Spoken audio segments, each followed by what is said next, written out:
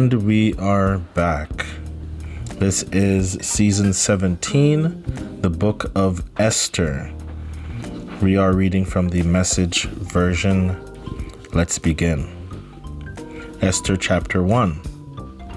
This is the story of something that happened in the time of Xerxes, the Xerxes who ruled from India to Ethiopia, 127 provinces in all.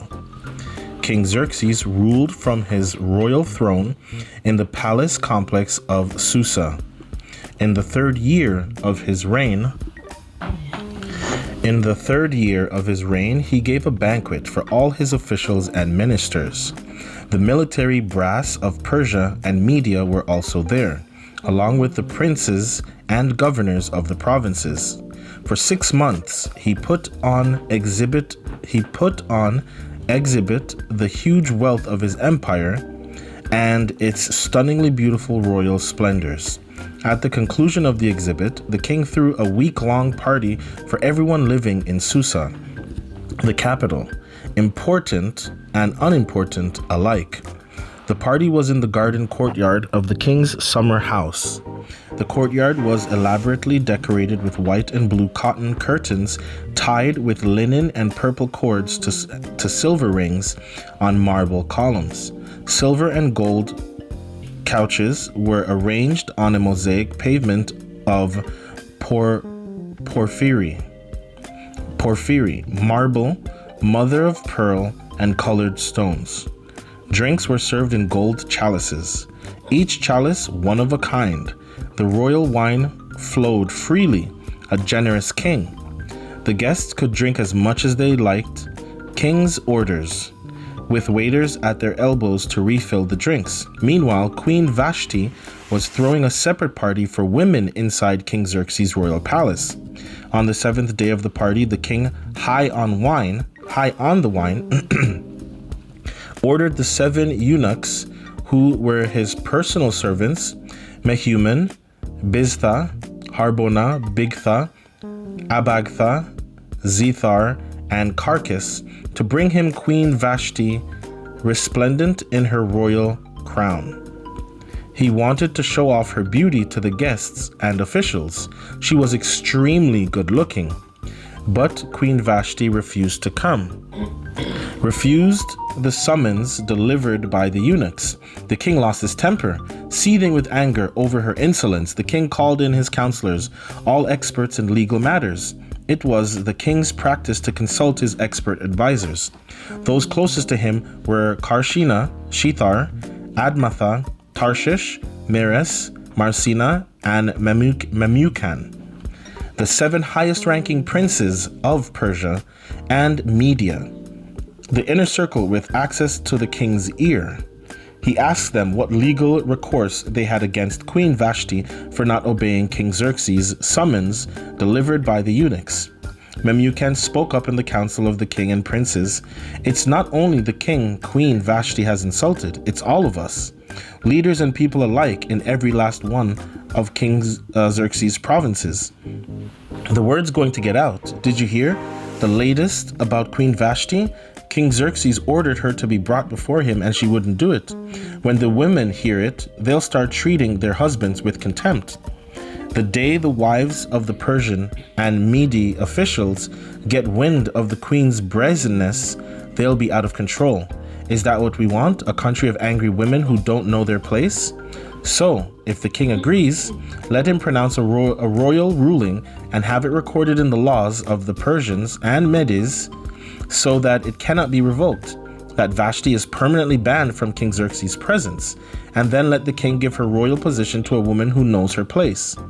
When the king's ruling becomes public knowledge throughout the kingdom, extensive as it is, every woman, regardless of her social position, will show proper respect to her husband. The king and the princes liked this. The king did what Memucan proposed. He sent bulletins to every part of the kingdom, to each province in its own script, to each people in their own language. Every man is master of his own house. Whatever he says goes. Esther chapter 2. Later, when King Xerxes' anger had cooled off, had cooled, and he was having second thoughts about what Vashti had done and what he had ordered against her, the king's young attendants stepped in and got the ball rolling. Let's begin in search for beautiful young virgins for the king.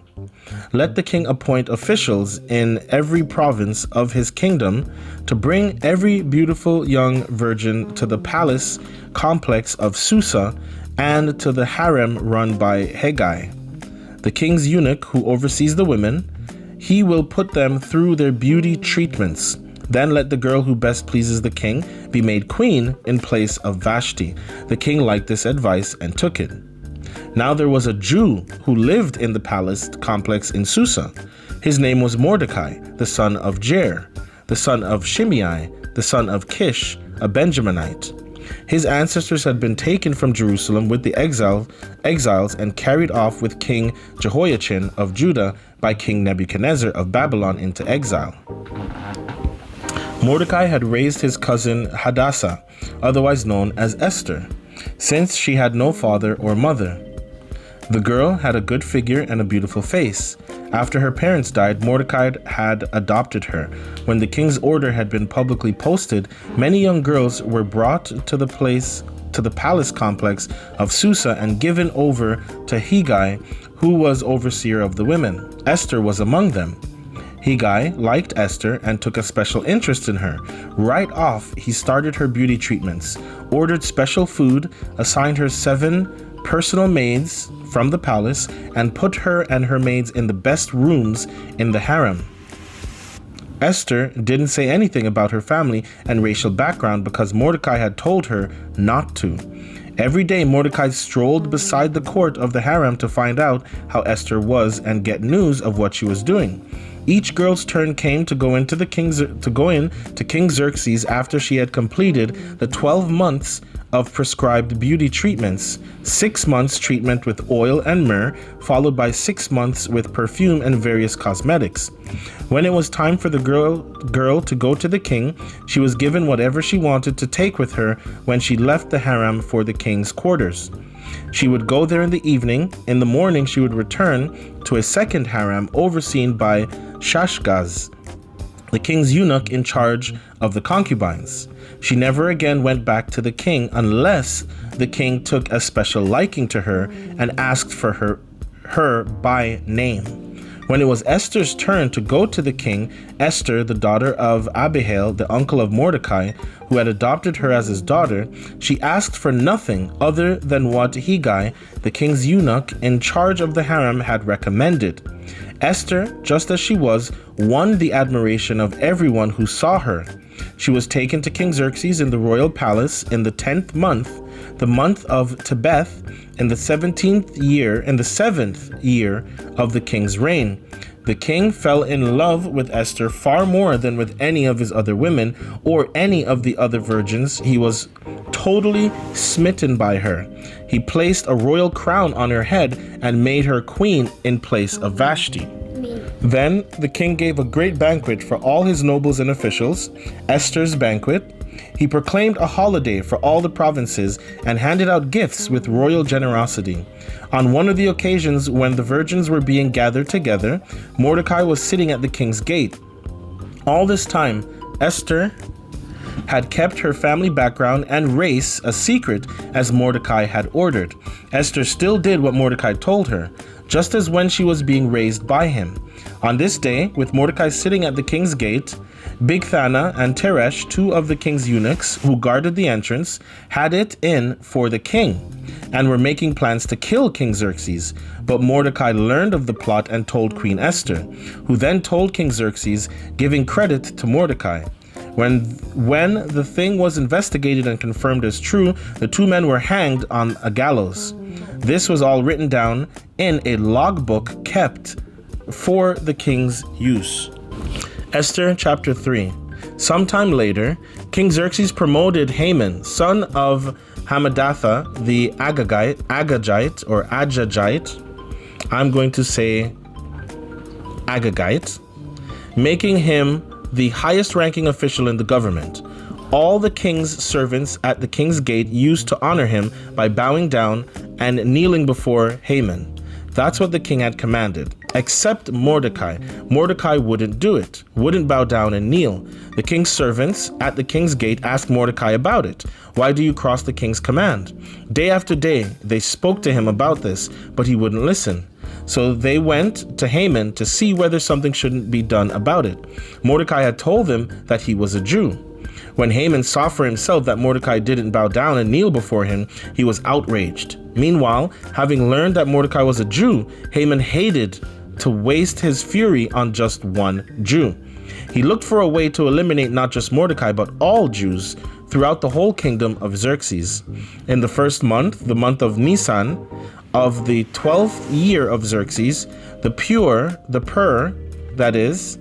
the lot was cast under Haman's charge to determine the propitious day and month, to determine the propitious. I'm going to say propitious. Okay, day and month. Moving on. The lot turned up the 13th day of the 12th month, which is in the month of Adar.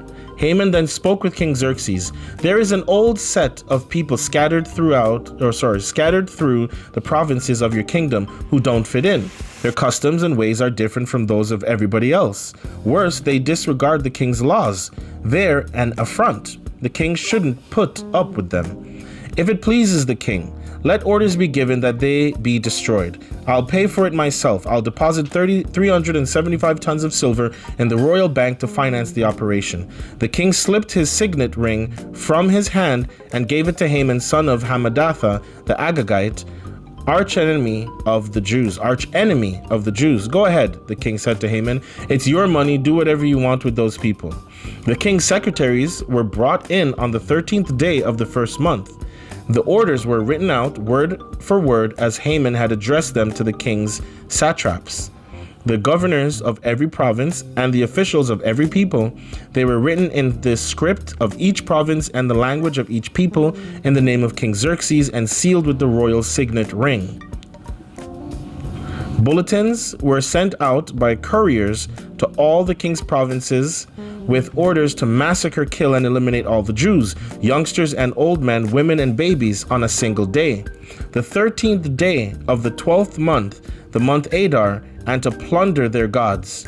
Copies of the bulletin were to be posted in each province, publicly available to all peoples to get them ready for that day. At the king's command, the couriers took off. The order was also posted in the palace complex of Susa. The king and Haman sat back and had a drink while the city of Susa reeled from the news. Amen.